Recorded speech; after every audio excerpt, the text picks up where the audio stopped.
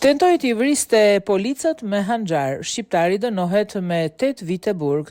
Një shqiptar është dënuar me 8 vjet burg pasi u fut në një komisariat të Lizit, i armatosur me qëllim për të vrarë policët që ndodheshin në krye të detyrës.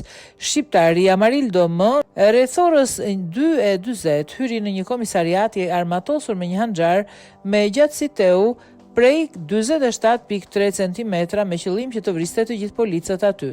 Prokuroria publike kërkoi në fillim 11 vjet burg, shkruan media gjermane. Ai goditi dritarët me hanxhar rreth 50 herë dhe bërtiti se ishte aty për të vrarë policët dhe se nuk do të ndalonte derisa të vdiste vetë. Sipas akuzës, ai fjalë për fjalë ka bërtitur: "Unë do t'ju vras, Allahu Ekber, Allahu Ekber, dhe do të shkoj drejt te Zoti." Një polic më në fund i dha fund situatës rrezikshme dhe mundi të mposhte Amarildo M me një taser dhe ta arrestonte atë.